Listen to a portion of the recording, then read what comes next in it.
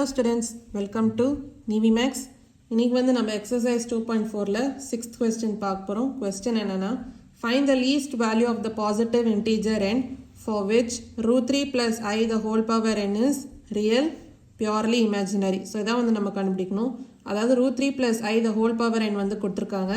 n வந்து நம்ம கண்டுபிடிக்கணும். அதாவது least value of positive integer. எந்த வேல்யூ வந்து சப்ஸ்டிட்யூட் பண்ணீங்கன்னா இந்த நம்பர் வந்து உங்களுக்கு ரியல் அப்படின்னு வரும். அதே மாதிரி பியூர்லி இமேஜினரியா வரும் நம்ம கண்டுபிடிக்கணும். அப்போ ஃபர்ஸ்ட் நம்ம let n equal to 1 அப்படின்னு சப்ஸ்டிட்யூட் பண்ணலாம். அப்போ என்ன வருதுன்னு பார்க்கலாம். root 3 plus I the whole power 1 வந்து root 3 plus I தான். இது வந்து ஃபுல்லா ரியலாவும் இல்லை, அதே மாதிரி இமேஜினரியாவும் இல்லை. அதாவது ரியல் அண்ட் இமேஜினரி கம்பைன் பண்ணி இருக்கு. ஸோ இந்த நம்பர் வந்து வராது. அடுத்து let n equal to 2 அப்படின்னு சப்ஸ்டிட்யூட் பண்ணலாம். அப்போ root 3 plus I the whole power 2.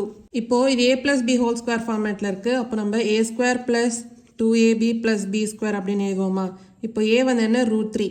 அப்போ root 3 the whole square plus 2 into a அதாவது root 3 into b வந்து என்னங்க I plus b square. அப்போ I the whole square. இப்போ root 3 the whole square வந்து என்ன 3 தான் plus 2 into root 3 into I. அப்போ 2 into root 3 I plus I square ஓட வேல்யூ என்ன minus 1. அப்போ 3 minus 1 என்ன 2. அப்போ 2 plus 2 into root 3 I. இப்போ பார்த்தீங்கன்னா இந்த நம்பர் வந்து ரியலாகவும் இல்லை, அதே மாதிரி பியூர்லி இமேஜினரியாகவும் இல்லை. அப்போ அடுத்து let n equal to 3 அப்படின்னு சப்ஸ்டிட்யூட் பண்ணலாம். அப்போ root 3 plus I the whole power 3. இது நம்ம எப்படி எழுதலாம், root 3 plus I the whole square into root 3 plus I அப்படின்னு நம்ம எழுதலாமா. root 3 plus I the whole square வந்து நம்ம வேல்யூ என்ன கண்டுபிடிச்சோம் 2 plus 2 into root 3I. So அது வந்து நம்ம சப்ஸ்டியூட் பண்ணிக்கலாம் into root 3 plus I.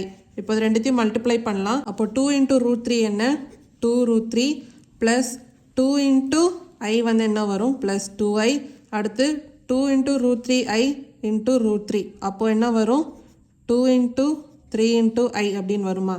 ஏன்னா root 3 into root 3 என்ன 3 plus 2 into root 3I plus I என்ன வரும் 2 into root 3 the I square அப்படின்னு வரும்.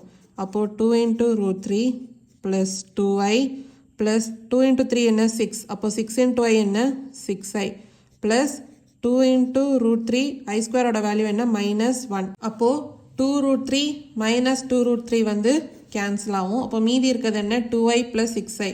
அப்போ ஆன்சர் என்ன 8I.